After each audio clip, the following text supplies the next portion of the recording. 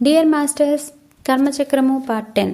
New spiritual master Bheemaneni Vamsikiran garu మన జీవితంలో జరిగే ప్రతి కార్యం వెనుక ఒక కారణం ఉంటుంది అన్న అద్భుతమైన ప్రకృతి నియమం యొక్క పనితీరుపై అనేక పరిశోధనలు చేసి కర్మ అంటే ఏంటి, కర్మఫలాలు ఎలా ఉంటాయి, అసలు కర్మ శిక్షణ కర్మచక్రాన్ని నడిపించే ముఖ్య సూత్రాలు ఏవి, కర్మశూన్యత ఎలా చేసుకోవాలి, కర్మధ్యానం అంటే ఏంటి, ఎలా చేయాలి, తద్వారా మన జీవితంలో మనం అనుభవించే అనేక రకాల దుఃఖాల నుండి ఏ విధంగా బయటపడవచ్చు మొదలైన అంశాలపై సామాన్యులకు సైతం అర్థమయ్యే రీతిలో అత్యంత సులభంగా స్పష్టంగా తెలియజేసిన అద్భుతమైన గ్రంథరాజం కర్మచక్రం. సద్గురు స్పిరిచువల్ ఫౌండేషన్ ద్వారా ఆ పుస్తకంలోని జాతక రత్నాలలో తీర్థ స్నానాలలో శక్తి లేదా అన్న అంశాన్ని ఈరోజు తెలుసుకుందాం. జాతక రత్నాలలో తీర్థ స్నానాలలో శక్తి లేదా. శివరంజని: అయితే మాస్టర్, జాతక రత్నాలు, వాషుదోష నివారణలు, శకునాలు, శాంతులు, హోమాలు ఇవేవి శక్తి లేనివా? వంశీ మాస్టర్: నేను వాటిలో శక్తి లేదు అనడం లేదు, వాటికన్నా ఎక్కువ శక్తి మీలో ఉంది అంటున్నాను. బయట శక్తులు 10% సమస్య నివారణ చూపిస్తే మీలో ఆత్మశక్తి 100% ఫలితాన్ని చూపిస్తుంది. మీరు దేనిని ఎంచుకుంటారు?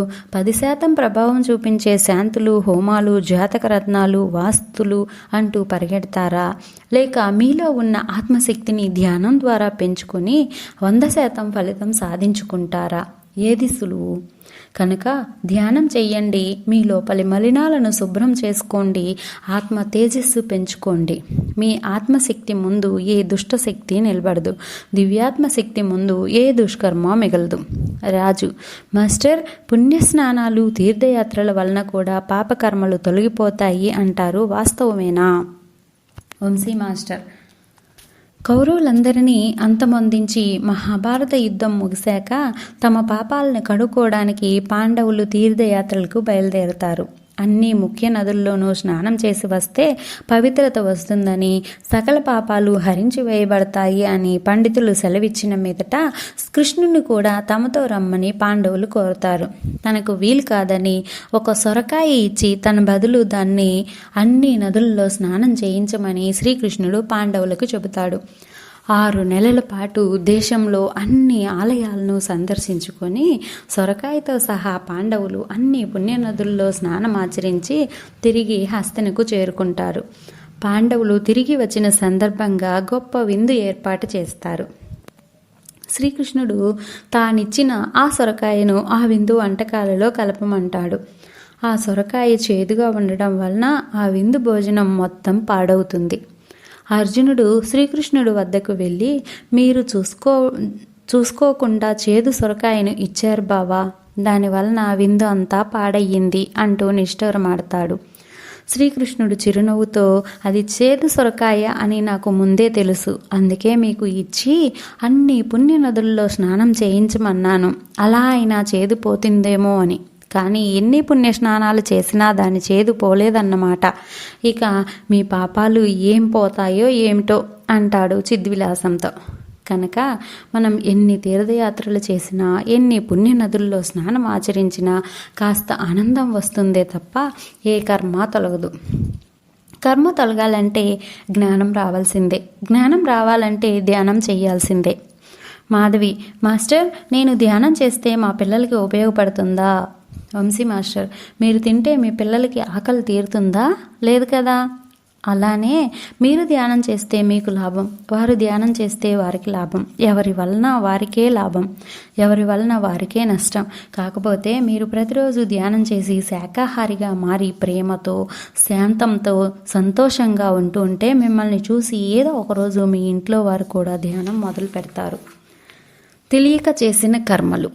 విజయ: మాస్టర్, నేను చేసిన పని నాకు తెలియకుండా ఎవరికైనా హాని కలిగిస్తే అది నా దోషమేనా, సంచిత కర్మ అవుతుందా?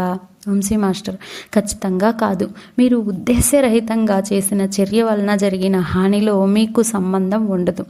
ఇక్కడ ఉద్దేశరహితం అన్నది చాలా జాగ్రత్తగా అర్థం చేసుకోండి.